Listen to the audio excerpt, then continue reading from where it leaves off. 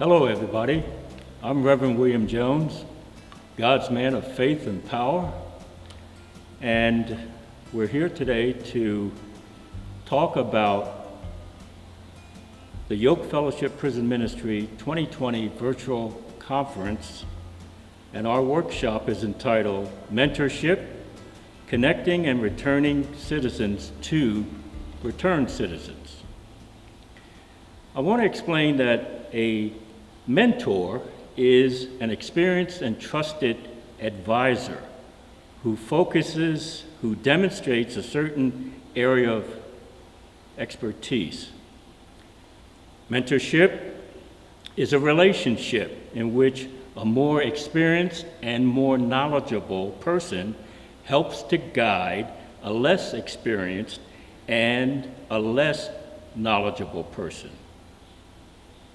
Now, the role of a mentor is to give help and advice over a period of time that will guide another to greater success, providing needed motivation, emotional support, and role modeling.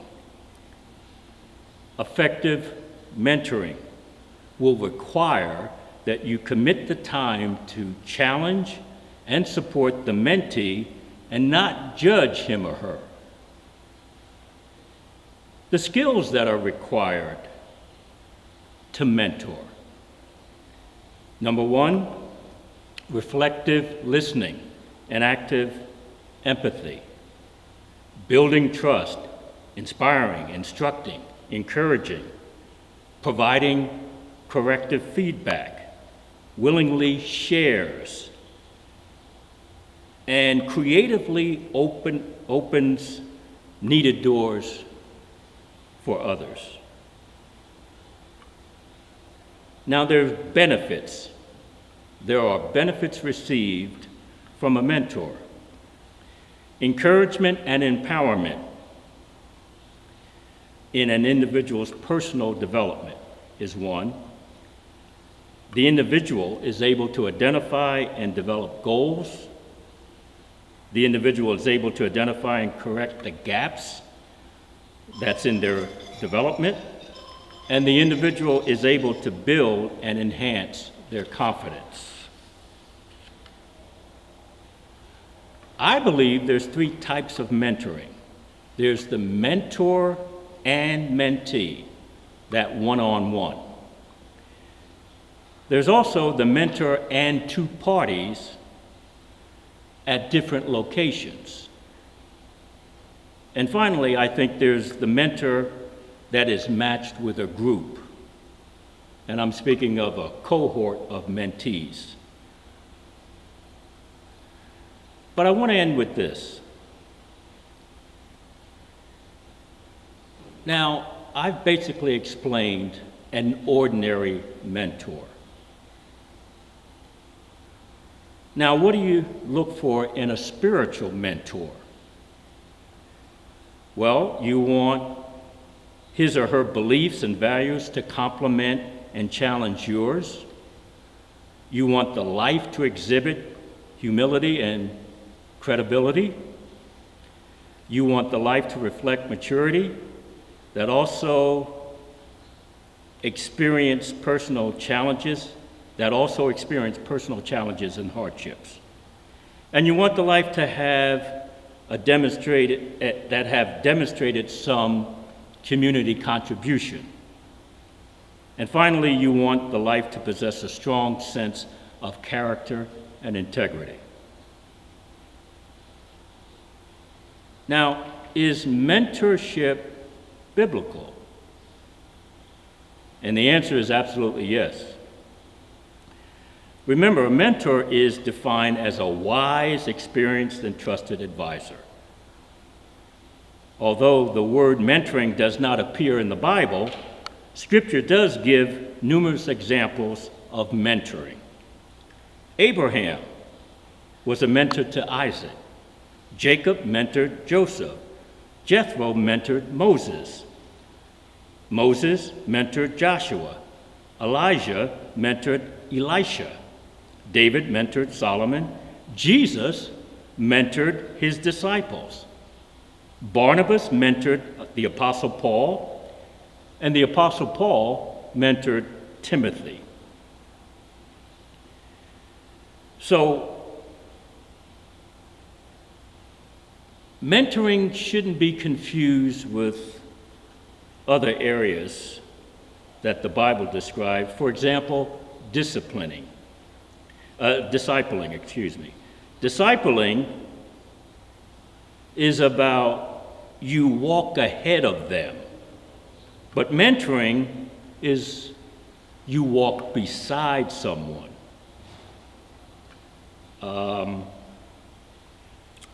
What's the difference between mentoring and coaching? Coaching is more performance-driven, like on-the-job training, whereas mentoring is more development-driven with a holistic approach. And I want to close by saying this. Spiritually speaking, mentoring, which is one of the components of reentry ministry, is really outreach service that's willingly given, that provides the right order to the needed lives of others. Thank you. In the 15th chapter of Luke is the story of the prodigal son. Remember the story? Young guy thought he knew it all. He wanted it all. He wanted it early. So he got his father to give him his inheritance. He took it, and he thought he'd be happy. He thought he'd be free. He wants to do what he wants when he wants to do it. He wants women. He wants alcohol. He wants to have a good time. He wants to party. Well, what happens is he makes a bunch of bad decisions, and he winds up not free, but in prison. Really, he was working for slave wages in a miserable job, taking care of pigs. And finally, he comes to his senses and says, "I'm going back home." We call that reentry. When a person's an inmate, doesn't have freedom, and they get to go back home. And what we're trying to do at Yoke Fellowship is the best job we can, mentoring and guiding inmates so they can connect to Christ for salvation and a changed life, a better life, a real freedom, not fake freedom. And that's what we're about today. We're going to be talking to some real knowledgeable men about what it takes to get free and then stay free. Pastor Bill Jones and I are really honored to be asking questions of three men that know a lot about the topic of mentoring and reentry and getting out and staying out. And let's have them introduce themselves. First is John Freddie Knoll. Freddie? My name is John Frederick Knoll. I'm the chairperson for the Delaware Valley Yoke Fellowship Program. I've been out of incarceration now for almost 20 months. I live in Norristown. And I spent 49 years under incarceration. And I worked with Pastor Jones for almost 8 years before I got out. So I was definitely gratified to be able to have this opportunity to work with the Yoke Fellow program, watching this man come in for almost 8 years every week to give us the Word of God. I was definitely thrilled to have that opportunity to be able to work with him. Yeah. And next is Pastor Ricky Salmon. I'm Pastor Ricky Salmon. I'm the founder of Hope for the Day Restoration Prison Ministry. I served 27 years in prison, and I've been out 14 years. I'm married for 27 years. Thank God for that. And that's it. And last is Mr. James Adkins. You ready? Okay. I'm going to start with I've been in prison for 26 years straight. Never been in prison before. And how did I make it? Thank God for that. And also, I've been out now for 15 years and never traversed, never went back. And that's a blessing because I used some of the principles and values and morals I was taught through not only through mentors while I was in prison, but also in school. And now I've graduated LBC and also Lancaster Bible College, and also I'm the area director for Yoke Fellowship, and I've been with them for the last 4-5 years, and it's a privilege to be with Pastor Jones and the Yoke Fellowship to help men to come back into society. Well, let's start right there where James ended. Because the obvious question is, somebody who's going to prison, why in the world, you'd think, would anybody ever do anything to go back? You'd think that would keep anybody would do anything to not go back. So why do so many people get out and wind up going back? I mean, what do you think it is? If you could put it in, you could name one big problem, one reason that people go through that loss of freedom and then get out and go back. All right, sorry, Freddie. Then. Yeah. There's this classic concept that a lot of prisoners use: new and improved stupid. You know, we know it ain't no such thing as you can improve on stupidity. But, you know, having said that, I think a lot of it is just people never finding purpose. You know, going out, coming in, you know, the prison isn't really helping you. So if you don't try to knuckle down and decide that you really need to change your life, get to a point where you found that whatever the deficiencies was that brought you to prison don't exist anymore. You got to remove them, because if you don't, then you're going to go back outside, you're going to find those same deficiencies, the need for people's approval, the need to be liked, the needs that you build up in your head that you think are needs and wants that don't really exist. For me, you know, God has been the remover of all those deficiencies. He's allowed me to educate myself.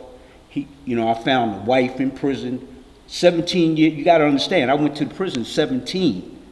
So I didn't have any real concept of relationships. And to be able to get a wife and hold on to her for 37 years before I got out. Well, God bless her. Yeah, true. But the thing of God removing those deficiencies that I had in my life was the biggest stabilizing point. You understand? And some of those deficiencies were like things that I didn't believe I was capable of doing. So once I started doing those things, talking about God, talking about what he did in my life, talking about just my whole transformation, and most importantly, having independence, fighting against, being a part of everything of what everybody was doing. Wait a minute, Rick. Go ahead. You can just say, hey, start talking. Go ahead, buddy. One of my things is, as far as me being mentored and me going back and forth to prison, and I learned over the years by dealing with different men coming out, a lot of us, we be uneducated. A lot of us didn't have no trades. Let me speak for myself right now. I was uneducated, couldn't read or write. I didn't have no trades. So what happened by me going in and out when I was released with uneducated, don't have no trades, don't have no job skills, don't have no job ethics. So that led me back to what I know what to do. What I thought I knew what to do. So that led me back to crime. What I knew, I thought worked for me at that time. But over the years, during my transformation, I learned that wasn't the answer. So as I went back into the prison, the last time I went back to prison, You know, my prayer was not to get out of prison, but I asked God for a changed heart and a changed mind. Because I asked that because I knew that I had to change the way I look at life. I had to change the way I think. You know, I had to know that there was something to obtain more than what I was looking for, and I found that in Jesus Christ. Fred, you mentioned that it's important to find purpose. How did you find purpose being incarcerated? In Anytime. in answer to your question, Pastor, it really wasn't, it was difficult. Because when you're talking about purpose, you know, like you have a foundation for what purpose is. My purpose became, you know, like God, the first story that I read in the Bible that kind of like gave me purpose, believe it or not, was what happened to Joseph. Being thrown into prison, you know, but God's favor being on him, but being accused of different things and still coming through that, and then rising to the point where he become as vital to the Egyptians and his own people as Pharaoh was. So my purpose became just being a better person. You know, not that I ever thought that I was a worse person, but I didn't think that I had anything to offer. And I so badly wanted to feel useful. So my purpose is, like Ricky was to get educated, because I couldn't read or write either. You know, and then find a voice in that, you know, like getting educated, you know, sitting in rooms where people were talking and me realizing they were just people like me, that I could be them, that I could do the things that they did. And it was a humbling experience from the get-go to be able to finally get to a place where a person called me one day and asked me if I wanted to tutor in their class, because they had seen my growth and development from all that time. And like I said, you know, it's not an easy thing to find purpose, but I believe once you decide you want to be purposeful, that you'll see a road that leads you. Like I said, for me, it was God. You know, it was the Lord. It was being, like I said, I didn't want to rely on people, and God was the most reliable and unmoving force in my life at that time, in the lives of people that I associated with. And that just even today, just keeps me going, waiting on the hand of God to be able to use me and put me in positions where I can be used, and allow my experience, you understand, to be a light. You know, don't be afraid, you understand, that God found you in the most darkened places, you understand, that a person can be found, because it's up to you to come into his light, because he'll provide it.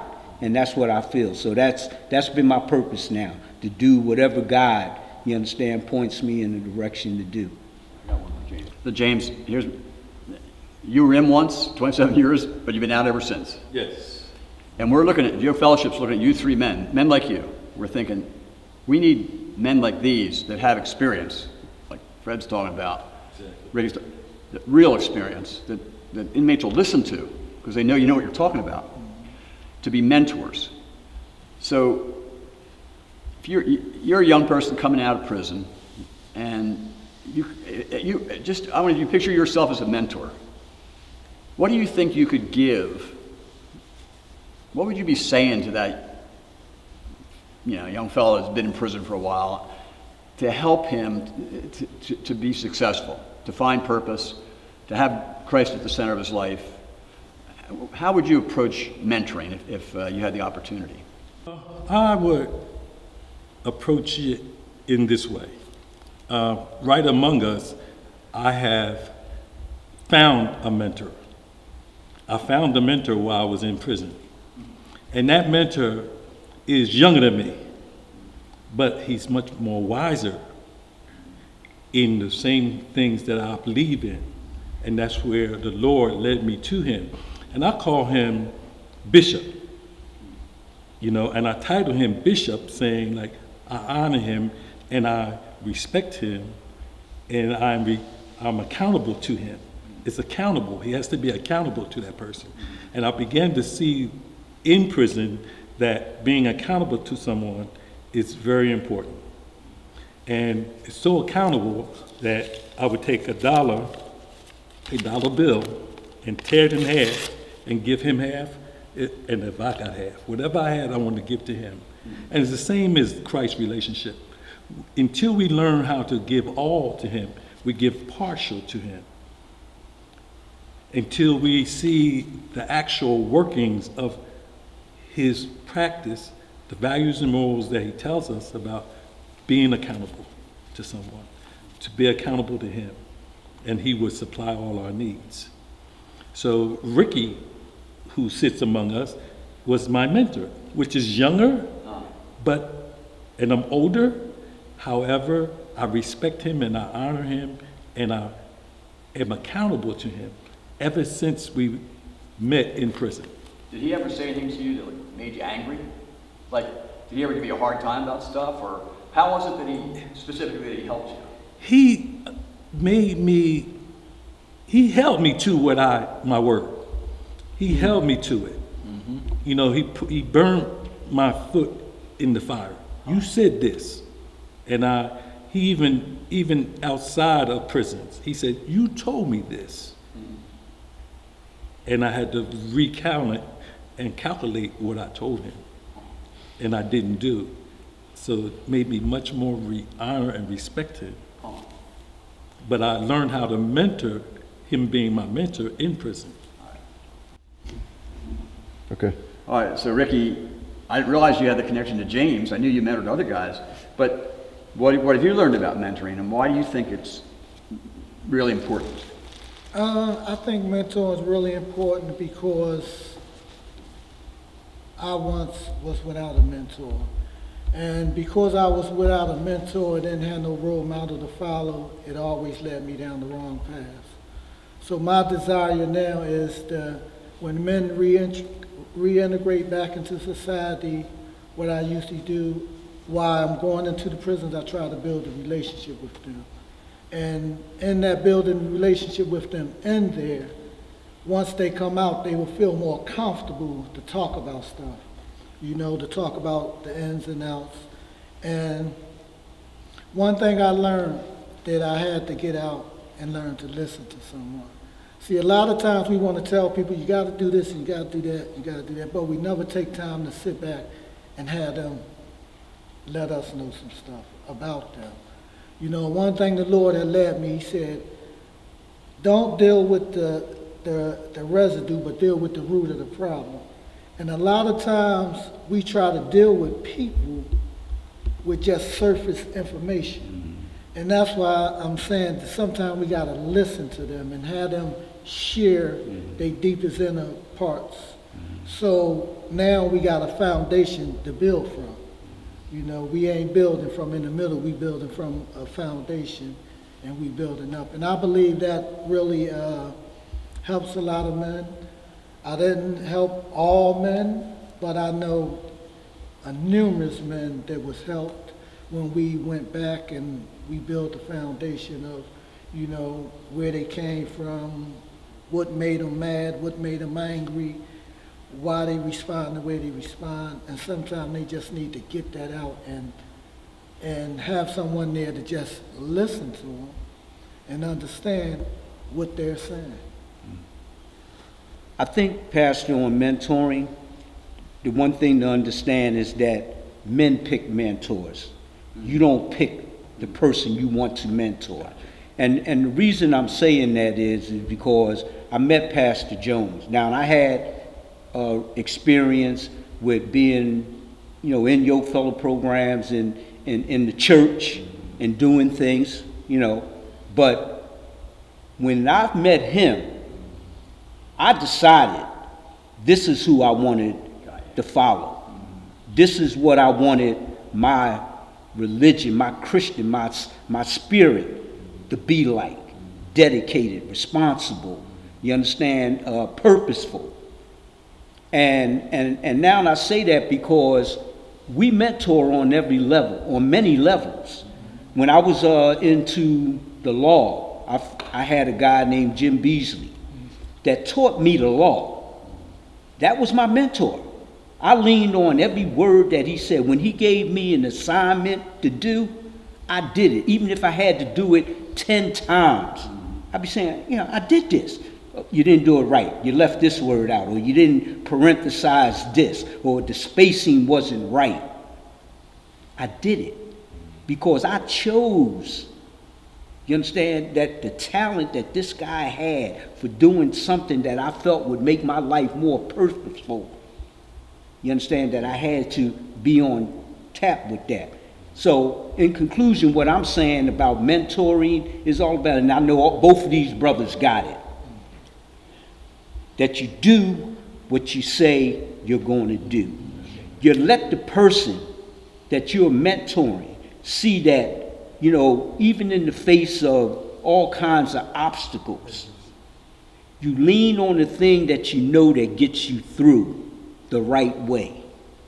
You understand? And then you don't fear talking about different things. Because here's the thing, the guy that you're mentoring, or the guy that's looking to you as his mentor, already understands that ain't nothing too small for you to talk about. And your relationships, thank God, he's a married man. That was another thing. Here's a man that's been married 50-something years. I got 37, but hey, I love to get that. But not only that, though, how they interact with one another. These are things, like even when Barack Obama was met, the first thing I said about him and Michelle's relationship was that black people could begin to see that they can have these type of relationships, that we don't have to always come from broken families and things of that nature. So, in conclusion, mentorship is about us being chosen based on the consistency of our lives and what we do. If what we do is attractive and illustrates a proper lifestyle, especially in our religion, then guys are going to gravitate towards that. And the only reason that they'll stick to it is because they'll find us somewhat infallible in that particular aspect of our lives. Believing in God, walking with God, relying on God, giving praise and glory to God, and surrounding ourselves by those who we aren't unevenly yoked to. Okay. All right, look, I'm sold on mentoring, but would each of you three men do this for us? Just tell us in your own words, if you were talking to an inmate and trying to recommend mentoring, you should be looking for a mentor, and here's why. Just tell us, what are your thoughts? What would you say to somebody? What about you, James? Term is, there's wisdom in a counsel, in a multitude of counsels. There's wisdom. And having someone's ear to being able to talk to, and having someone able, you can have an ear to them, makes a world of difference. Can make I'm talking about in any situation, dealing with marriage, dealing with job hunting, dealing with coming back to prison, dealing with crime, even dealing with change of life. Having someone to hear you and being able to hear them and they listen to you, make a difference. Mentoring, having somebody having mentoring, you have less chances to fail. You always have much chances to win than to fail.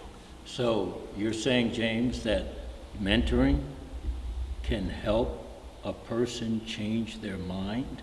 Change their minds, change their hearts, change their condition, their present condition, because you always have someone there to be able to hear you and let them hear you.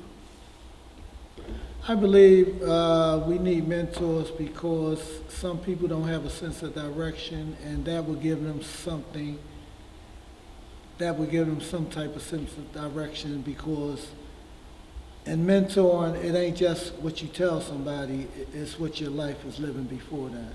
And I believe a good mentor is gonna, what he say, he's gonna live by. And I believe that's a good example of mentoring someone. You know, if I was to mentor a person, I would first ask them, what do they want out of a mentor? You know, I would find out how sincere they are about their present situation. If they owe the state time, you understand, or how you going to give it to them and be free of it without going back, without paying a penalty. I would ask them where their faith was, you understand, at the time.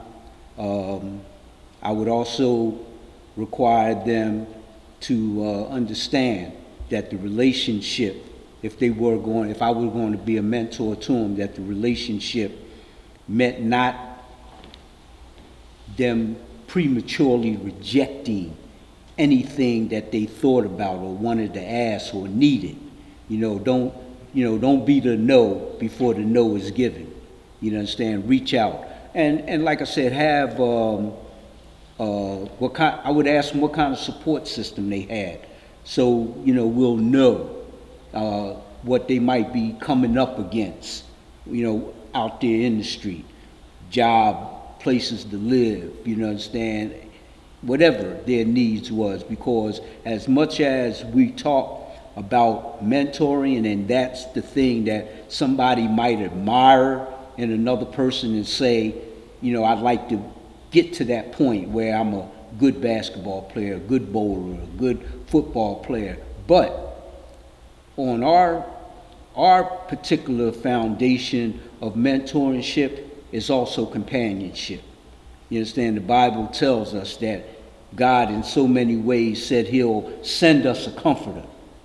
And I believe a mentor takes up a part of that too, comforting somebody in their anxiety and giving them assurance, you understand, that they're not doing whatever they're doing alone. And, so many people don't have that anywhere, not only not coming out of prison, but on the streets as well. So, that would be my requirement. First of all, finding out what they believe that their needs are, you understand, for this mentorship relationship.